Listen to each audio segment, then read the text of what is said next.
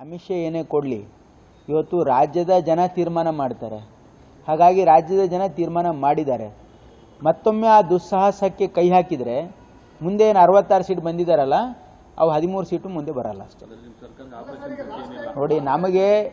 ನೋಡಿ ಈ ರಾಜ್ಯದ ಜನ ನಮಗೆ ಒಂದು ಮ್ಯಾಂಡೇಟನ್ನು ಕೊಟ್ಟಿದ್ದಾರೆ. ಹಿಂದಿನ ಸರ್ಕಾರ ಮಾಡಿರ್ತಕ್ಕಂಥ ದುರಾಡಳಿತದಿಂದ ಬೇಸತ್ತು ನಮ್ಮ ಸರ್ಕಾರದ 13ರಿಂದ 18ರವರೆಗೆ ಒಂದು ಒಳ್ಳೆಯ ಸರ್ಕಾರ ಸಿದ್ದರಾಮಯ್ಯನವರು ಕೊಟ್ಟಿದ್ದಾರೆ ಅಂತ ಭರವಸೆಯಿಂದ 135 ಸೀಟ್ ಆರಿಸಿ ಕಳಿಸಿದ್ದಾರೆ ನಮ್ಮ ರಾಜ್ಯದ ಜನ.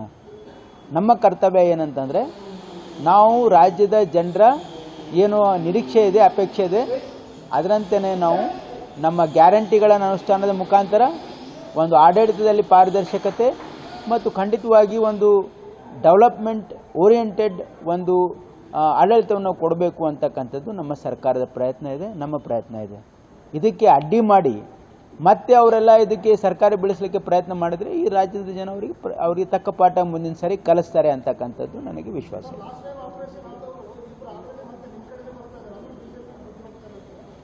ನೋಡಿ, ಈಗ BJPಯವರಿಗೆ ನಾನು ಏನು ಹೇಳಬೇಕು ಗೊತ್ತಿಲ್ಲ. ಯಾಕಂದರೆ ಗೋವಾದಲ್ಲಿ ಇದೇ ರೀತಿ ಮಾಡಿದರು, ಹಿಮಾಚಲ್ ಪ್ರದೇಶದಲ್ಲಿ ಅಲ್ಲಿ ಪ್ರಯತ್ನ ಮಾಡ್ತಾ ಇದ್ದಾರೆ, ನೀವು ರಾಜಸ್ಥಾನದಲ್ಲಿ ಹಿಂದಿನ ಸರ್ಕಾರ ಬೆಳೆಸಲಿಕ್ಕೆ ಪ್ರಯತ್ನ ಮಾಡಿದ್ರು, ಮಧ್ಯಪ್ರದೇಶದಲ್ಲಿ ಸರ್ಕಾರ ಬೆಳೆಸಿದ್ರು. ಎಲ್ಲ ರಾಜ್ಯಗಳಲ್ಲಿ ಅಸ್ಥಿರತೆ ಯಾವ ರೀತಿ ಅಂದರೆ, ಕೇಂದ್ರ ಸರ್ಕಾರ ED, income tax and CBI ಬಳಸಿ ಇವತ್ತು ಅನೇಕ ರಾಜಕೀಯ ಧುರೀಣರನ್ನು ಹೆದರಿಸಿ ಇವತ್ತು ಸರ್ಕಾರಗಳನ್ನು ಬೀಳಿಸ್ತಕ್ಕಂಥ ಏನು ಮಾಡ್ತಾ ಇದ್ದಾರಲ್ಲ, ಇದು ನಮ್ಮ ಪ್ರಜಾಪ್ರಭುತ್ವಕ್ಕೆ ಮಾರಕ. ಇದನ್ನು ಈ ದೇಶದ ಜನ ಗಮನಿಸ್ತಾ ಇದ್ದಾರೆ, ಈ ರಾಜ್ಯದ ಜನನೂ ಗಮನಿಸ್ತಾ ಇದ್ದಾರೆ. ಒಂದು ವೇಳೆ ಕೇಂದ್ರದಿಂದ BJP ಸರ್ಕಾರವನ್ನು ಕಿತ್ತು ಎಸೆದೇ ಇದ್ದರೆ ನಮ್ಮ ಪ್ರಜಾಪ್ರಭುತ್ವಕ್ಕೆ ಗಂಡಾಂತರ ಇದೆ.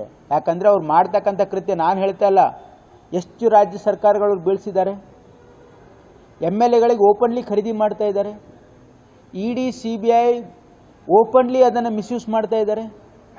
ಎಷ್ಟು ಜನ income tax rates, ED rates only opposition ಮೇಲೆ ಯಾಕೆ ಆಗ್ತಾ ಇದೆ?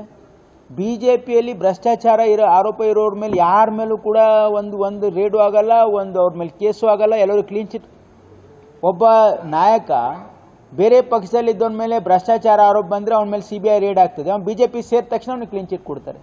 ಈ ರೀತಿ ಪ್ರಜಾಪ್ರಭುತ್ವ ಏನು ಇಲ್ಲೊಂದು ಡೆಮೋಕ್ರಸಿ, ಏನು ಮಾಕ್ರಿ ಆಫ್ ಡೆಮೋಕ್ರಸಿ ಮೋದಿ ಸರ್ಕಾರ ಮಾಡ್ತಾ ಇದೆಯಲ್ಲ, ಈ ದೇಶ ಜನ ಗಮನಿಸ್ತಾ ಇದ್ದಾರೆ. ಈ ಒಂದು ಪಾರ್ಲಿಮೆಂಟ್ ಚುನಾವಣೆಯಲ್ಲಿ ಅವ್ರಿಗೆ ತಕ್ಕ ಪಾಠ ಕಲಿಸ್ತಾರೆ. ನೋಡಿ, ನೋಡಿ ನಮಗೆ ಹೆದರಿಕೆ ಇಲ್ಲ, ನಾವು ಜನರ ಕೆಲಸ ಮಾಡಕ್ಕೆ ಬಂದಿದ್ದೀವಿ. ನಮಗೆ ಜನ ಆಶೀರ್ವಾದ ಮಾಡಿದರೆ ನಾವು ನಿಸ್ವಾರ್ಥತೆಯಿಂದ ಪ್ರಾಮಾಣಿಕತೆಯಿಂದ ಕೆಲಸ ಮಾಡ್ತಾ ಇದ್ದೀವಿ. ಒಂದು ವೇಳೆ ವಾಮ ಮಾರ್ಗದಿಂದ ಅವ್ರು ಸರ್ಕಾರ ತೆಗೆದರೆ ಮುಂದೆ ಜನ ಮತ್ತೆ ಪಾಠ ಕಲಿಸ್ತಾರೆ ಅವ್ರು. ನಮಗಂತೂ ನಮ್ಮ ಶಾಸಕರು ಯಾರು ಕೂಡ ಹಣಕ್ಕೆ ಆಮಿಷ ಹೋಗಲ್ಲ ಅಂತಕ್ಕಂಥ ವಿಶ್ವಾಸ ನಮಗಿದೆ.